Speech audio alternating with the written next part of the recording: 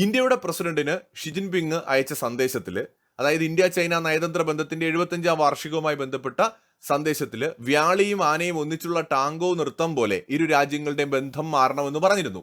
അപ്പൊ എന്തുകൊണ്ടാണ് ചൈന ഇന്ത്യയുമായിട്ടുള്ള ബന്ധത്തിന് പ്രാധാന്യം കൊടുക്കുന്നത്? ചൈനയ്ക്ക് ഇന്ത്യയുമായിട്ട് ഉള്ള ബന്ധം കാരണം ഉണ്ടാവുന്ന ഗുണങ്ങൾ എന്തൊക്കെയാണെന്നുള്ളതാണ് ഈ വീഡിയോയിൽ നമ്മൾ പറയാൻ പോകുന്നത്. ഒന്നാമത്തെ ഗുണമെന്ന് പറയുന്നത്, ഇന്ത്യയുമായിട്ടുള്ള ബന്ധം കൊണ്ട് ചൈനയ്ക്ക് വലിയൊരു ബെനിഫിറ്റ് ഉണ്ടാവുന്നത് എക്കണോമിയുടെ കാര്യത്തിലാണ്. ഇപ്പോഴത്തെ ചൈനയുടെ ഫ്രണ്ട്സ് ആരൊക്കെയാണ്?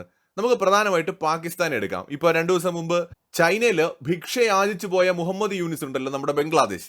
ഈ ബംഗ്ലാദേശും പാകിസ്ഥാനും എന്നൊക്കെ പറയുന്നത് ദുർബലമായ രാജ്യങ്ങളാണ്.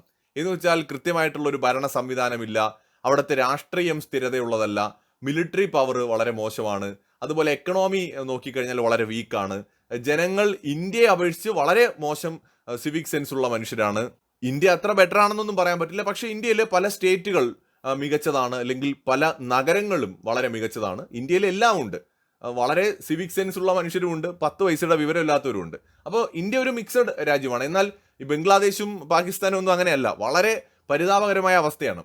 അപ്പോൾ എക്കണോമി തന്നെ എടുത്താൽ ഇന്ത്യയുടെ അത് 4.3 ട്രില്യൺ ആണ്.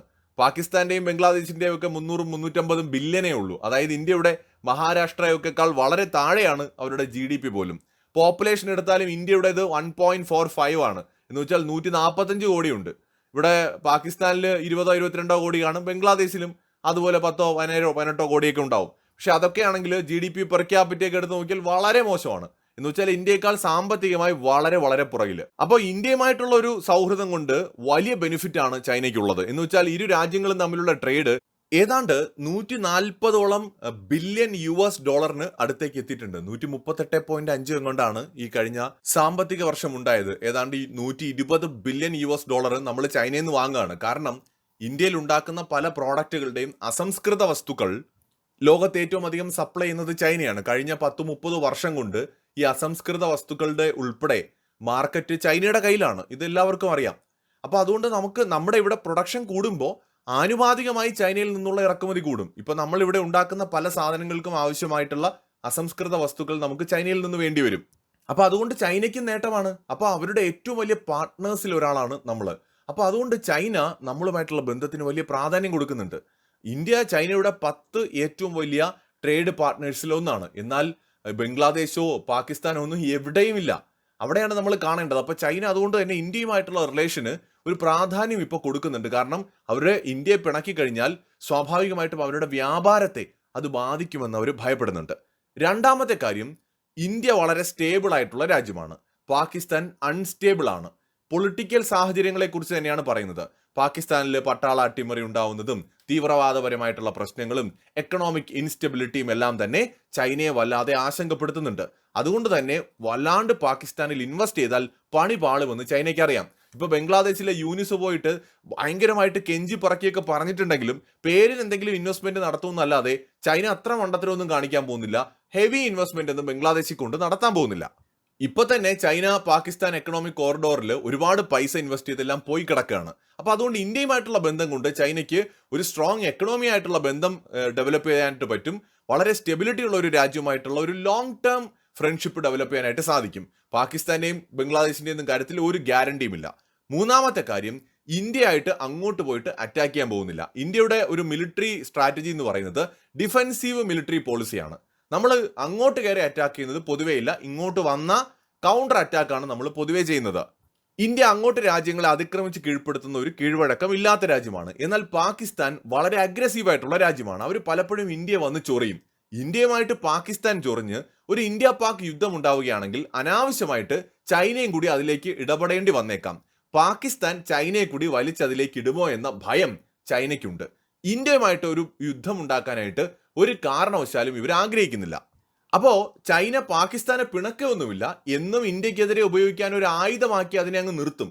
പക്ഷെ പാകിസ്ഥാനിൽ നിന്ന് ഒരല്പം അകലം എടുത്തിട്ട് ഇന്ത്യയുമായിട്ട് ഒരു റിലേഷൻഷിപ്പ് ഉണ്ടാക്കാൻ പറ്റുമോ എന്നാണ് ചൈന ഇപ്പോൾ ശ്രമിക്കുന്നത്.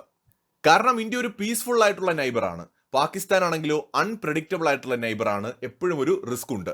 ഇനി നാലാമത്തെ കാര്യം, ഗ്ലോബൽ സ്റ്റാൻഡിംഗ് ആണ്. പാകിസ്ഥാൻ അന്താരാഷ്ട്ര തലത്തിൽ ഒരു വിലയുമില്ല, പച്ചയ്ക്ക് പറഞ്ഞാൽ പുല്ല് വിലയാണ്. എന്നാൽ ഇന്ത്യയുടെ കാര്യം അങ്ങനെയല്ല. ഗ്ലോബൽ സൗത്തിന്റെ പ്രതിനിധി എന്ന നിലയിലും ഒപ്പം ബ്രിക്സ്, G20, ക്വാഡ് UN പോലെയുള്ള ഓർഗനൈസേഷൻസിലെ ഒരു സ്ട്രോങ് ആയിട്ടുള്ള ഒരു രാജ്യമെന്ന നിലയിലും ഇന്ത്യക്ക് അന്താരാഷ്ട്ര സമൂഹം വലിയ വാല്യൂ കൊടുക്കുന്നുണ്ട്. അതിപ്പോ യുക്രൈൻ റഷ്യ യുദ്ധമായിക്കോട്ടെ, ഏതൊരു അന്താരാഷ്ട്ര വിഷയമായിക്കോട്ടെ, ഇന്ത്യയുടെ പ്രാധാന്യം ഇന്ന് നാൾക്ക് നാൾ വർദ്ധിക്കുകയാണ്. അപ്പോൾ അങ്ങനെ ഒരു രാജ്യവുമായിട്ടുള്ള ഒരു സൗഹൃദം കൊണ്ട് ചൈനയ്ക്ക് ഒരുപാട് ഗുണങ്ങളുണ്ട്. കുറഞ്ഞ പക്ഷം പല സന്ദർഭങ്ങളിലും ഇന്ത്യ ചൈനയെ എതിർക്കാതിരുന്നാൽ പോലും ചൈനയ്ക്ക് അത് ഗുണമാണ്.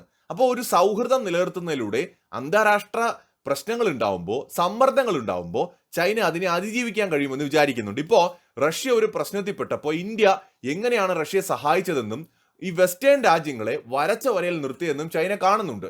ഫ്രണ്ട്ഷിപ്പിന് വാല്യൂ കൊടുക്കുന്ന, ട്രസ്റ്റ് ചെയ്യാൻ പറ്റുന്ന ഒരു രാജ്യമാണ് ഇന്ത്യ എന്ന് അവിടെ ചൈനയ്ക്കും ബോധ്യപ്പെട്ടിട്ടുണ്ട്. അപ്പൊ ഇന്ത്യയുമായിട്ടുള്ള സൗഹൃദം കൊണ്ട് ഗുണങ്ങൾ ഒരുപാട് ഉണ്ടാകുമെന്ന് ചൈന അവിടെയാണ് കണക്കൂട്ടുന്നത്. US-ന്റെ ഇൻഫ്ലുവൻസ് കൗണ്ടർ ബാലൻസ് ചെയ്യണമെന്നുണ്ടെങ്കിൽ ഇന്ത്യയുമായിട്ട് സഹകരിക്കുന്നതാണ് നല്ലത് എന്നൊരു തിരിച്ചറിവ് ഷി ജിൻപിങ് ഭരണകൂടത്തിന് ഉണ്ടായിട്ടുണ്ട്.